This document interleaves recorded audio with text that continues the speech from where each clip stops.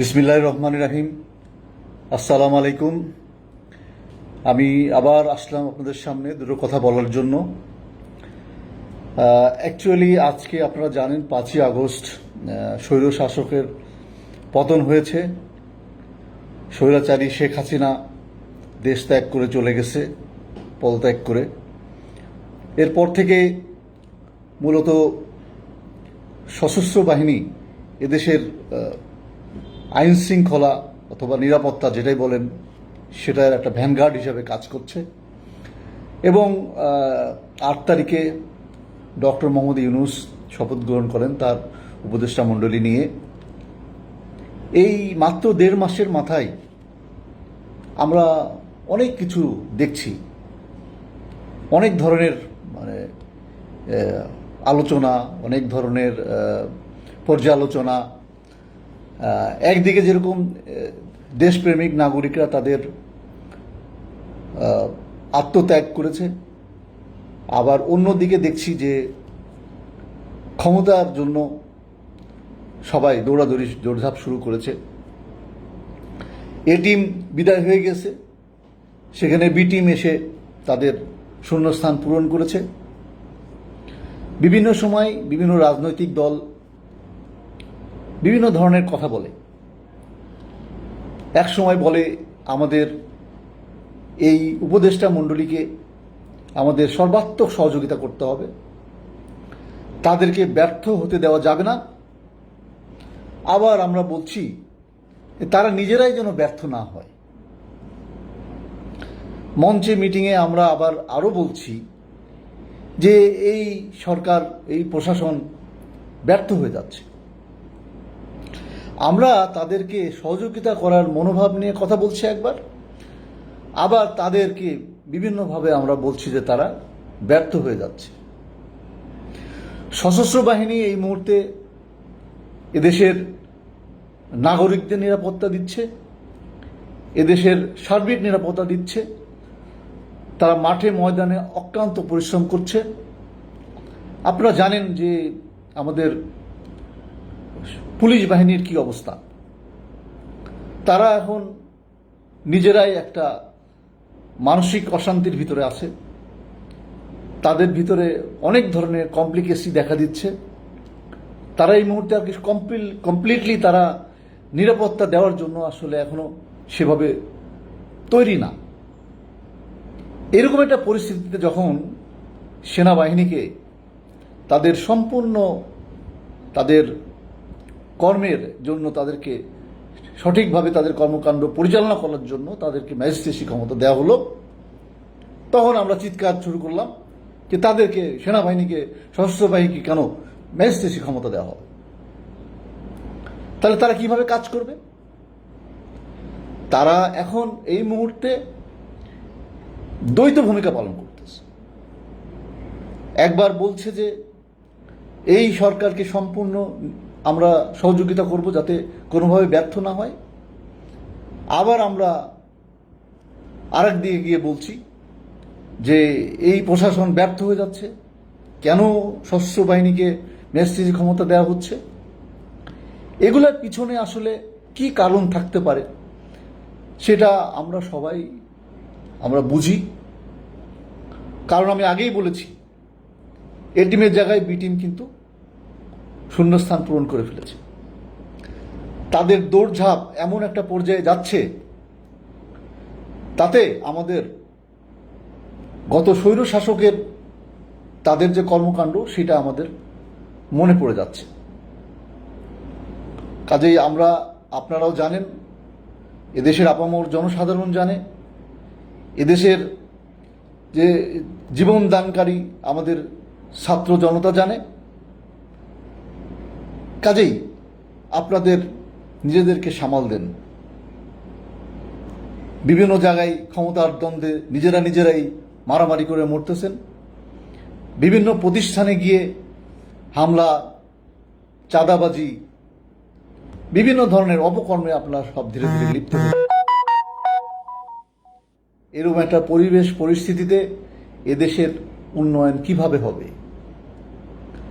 আপনারা দেখছেন যে আমাদের দেশের উন্নয়নের জন্য বিভিন্ন দাতা গোষ্ঠী তারা কিন্তু আমাদের পাশে এসে দাঁড়ানোর জন্য চেষ্টা করছে। আমাদের প্রধান উপদেষ্টা ডক্টর মোহাম্মদ ইউনূস সারা বিশ্বে একটা আলোড়ন তৈরি করেছে, একটা আবেদন উনি রেখেছেন সারা বিশ্বের কাছে। এই দেশের গত 16 বছরে যে স্বৈরা শাসন হয়েছে, স্বৈরাচার হয়েছে, দেশের টাকা লুণ্ঠন করে বিদেশে পাঠানো হয়েছে, বিদেশে টাকার পাহাড় তৈরি করা হয়েছে, সম্পদের পাহাড় তৈরি করা হয়েছে, বড় বড় অট্টালিকা তৈরি করা হয়েছে, দামি গাড়িতে এখন সবাই সেখানে তাদের আয়েসি জীবনযাপন করছে। এরকম একটা মুহূর্তে আমরা যখন দেশটাকে আবার পুনর্গঠনের জন্য চেষ্টা করছি, আমাদের এই উপদেষ্টা মণ্ডলী যখন অক্লান্ত পরিশ্রম করে যাচ্ছে, তাদের ব্যাপারে কিন্তু আমরা নিশ্চিন্তে বলতে পারি, নিঃসন্দেহে বলতে পারি যে তারা একটা নিষ্মোহ এবং দেশপ্রেমিক, এবং তারা তাদের নিজ নিজ জায়গায় অত্যন্ত কর্মঠ এবং যোগ্য। তো কাজেই এরকম একটা টিম যখন আমাদের বাংলাদেশের উন্নয়নের জন্য কাজ করে যাচ্ছে, তখন আমরা তাদেরকে একদিকে বলছি সহযোগিতার হাত আমাদেরকে অবশ্যই বাড়াতে হবে, অন্যদিকে আমরা বলছি যে তারা নিজেরাই যেন ব্যর্থ না হয়ে যায়, এবং তাদেরকে নিজেদেরকে ব্যর্থ হয়েছে এই মর্মে আমরা বিভিন্ন সময় বিভিন্ন ধরনের স্টেটমেন্ট দিচ্ছি। এই বিষয়গুলি আমাদের একেবারেই বোধগম্য হচ্ছে না। আসলে কি হতে চলেছে আমাদের বাংলাদেশ নিয়ে, কি খেলায় আমরা মেতে উঠেছি?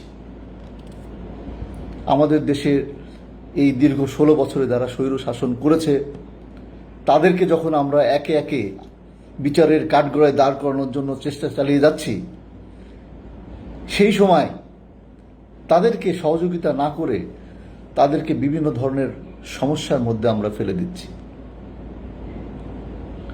আমাদের দেশপ্রেমিক যারা সেনাবাহিনী, তারা অক্লান্ত পরিশ্রম করছে যে দুষ্ট চক্রকে অ্যাপ্রিহেন্ড করার জন্য, তাদেরকে অ্যারেস্ট করার জন্য, তাদেরকে আইনের কাঠগড়ায় নিয়ে আসার জন্য। তখন যদি আমরা বলি না, তাদেরকে এই কাজ করতে দেওয়া যাবে না, তাহলে আমাদের দেশের উন্নয়ন করবে কে? আমাদের দেশের নিরাপত্তা নিশ্চিত করবে কে? আমাদের সাধারণ নাগরিকদের নিরাপত্তা নিশ্চিত করবে কে? আপনাদের যারা দুষ্ট চক্র, যারা অলরেডি বিভিন্ন প্রতিষ্ঠানে বিভিন্ন জায়গায় নিজেদেরকে এস্টাবলিশ করে ফেলেছে, তারা কেউ কেউ বলছে যে এই বৈষম্য বিরোধী ছাত্ররা যারা বুকে তাজা রক্ত দিয়ে এ দেশকে স্বৈরশাসক মুক্ত করেছে, তাদেরকে বলা হচ্ছে যে তোমাদের কাজ শেষ, তোমরা এখন চুপচাপ থাকো, তোমাদের আর কথা বলা দরকার নাই, তোমাদের আর শ্রেণীকক্ষ ছাড়া তোমাদের আর ওই বিবেককে জাগানো দরকার নাই, এখন আমরা যা যেভাবে পারি সেভাবেই করব।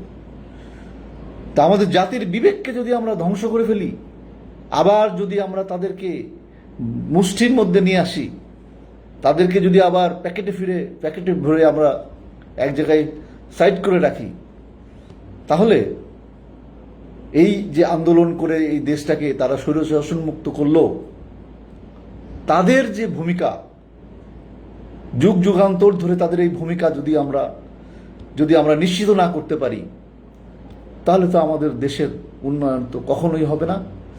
দেশটাকে যে আমরা একটা অগ্রগামী দেশ হিসাবে, উন্নত দেশ হিসাবে আমরা যে সারা বিশ্বের কাছে, বিশ্বের মানচিত্রে আমরা একটা নতুন একটা বাংলাদেশ গড়ে তুলতে চাই, সেইটাও হবে সুদূর পরাহত।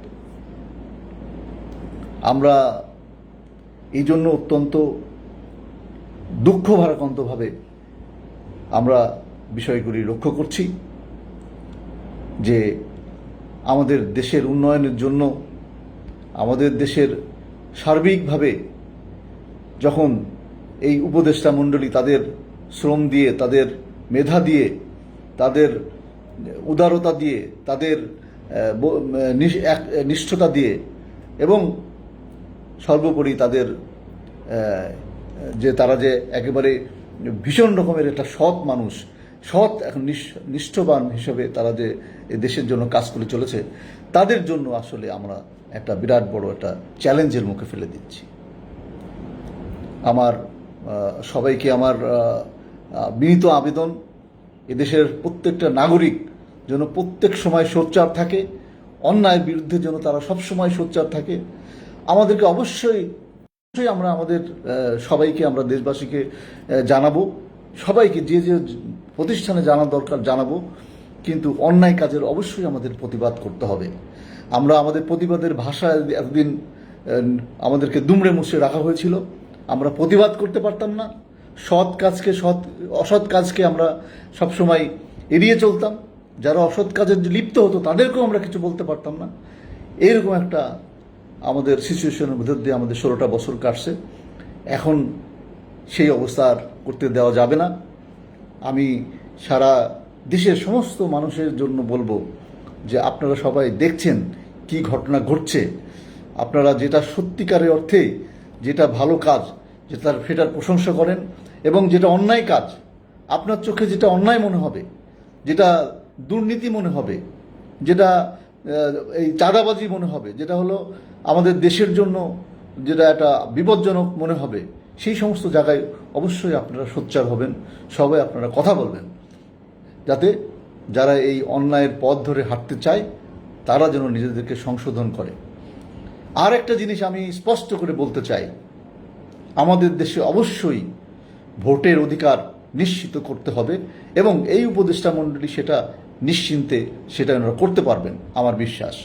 এই কমিশনগুলি করা হয়েছে, কমিশনগুলি তাদের কাজ নিষ্ঠার সঙ্গে করবেন, এবং সত্যিকার অর্থে যেদিন একটা নির্বাচন হবে দেশে, সেদিন মানুষ যেন তার ভোটাধিকার সফলভাবে দিতে পারে, এবং সত্যিকার অর্থে যারা ভোট পাওয়ার যোগ্য তাদেরকে যেন ভোট দিয়ে নির্বাচিত করতে পারে, সেরকম একটা পরিবেশ যেন তৈরি হয়। এবং আমি সবাইকেই বলবো, যারা সেই ভোটের দিনের জন্য অপেক্ষা করছেন, তারা নিজেদেরকে তৈরি করে নেন ওইভাবে যেন জনগণ আপনাদেরকে ভোট দেয়, এবং আপনারা যত নির্বাচিত হয়েই সত্যিকার অর্থেই দেশের মানুষ যেভাবে চায় সেভাবেই যেন আপনারা এই দেশটাকে পরিচালনা করেন। আমরা সবসময় এই দেশের উন্নয়ন চাই, সবসময় চাই এই দেশটা পৃথিবীর উন্নত দেশ, আরও দু একটা দেশের মতো যেন বাংলাদেশও সেরকম একটা দেশে পরিণত হয়। সেই জন্য আমরা আপনাদের সবার চাই, আপনারা সবাই আপনারা তাদের কন্ট্রিবিউশন যেখানে যেভাবে করা প্রয়োজন আপনারা আপনাদের কন্ট্রিবিউশন করবেন। আপনাদের যদি কিছুই না পারেন তবু অ্যাটলিস্ট সোচ্চার হবেন, আপনাদের বক্তব্য আপনারা স্পষ্ট করে সবাইকে জানাবেন যে আমরা সৎ মানুষের শাসন চাই এবং সত্যিকার অর্থে একটা সুন্দর বাংলাদেশ চাই। তো আজকে এতটুকুই, সবাইকে ধন্যবাদ আমার সঙ্গে থাকার জন্য। ভবিষ্যতে আবার দেখা হবে ইনশাল্লাহ, সাথেই থাকবেন। আসসালামু আলাইকুম ওয়া রাহমাতুল্লাহি ওয়া বারাকাতুহু।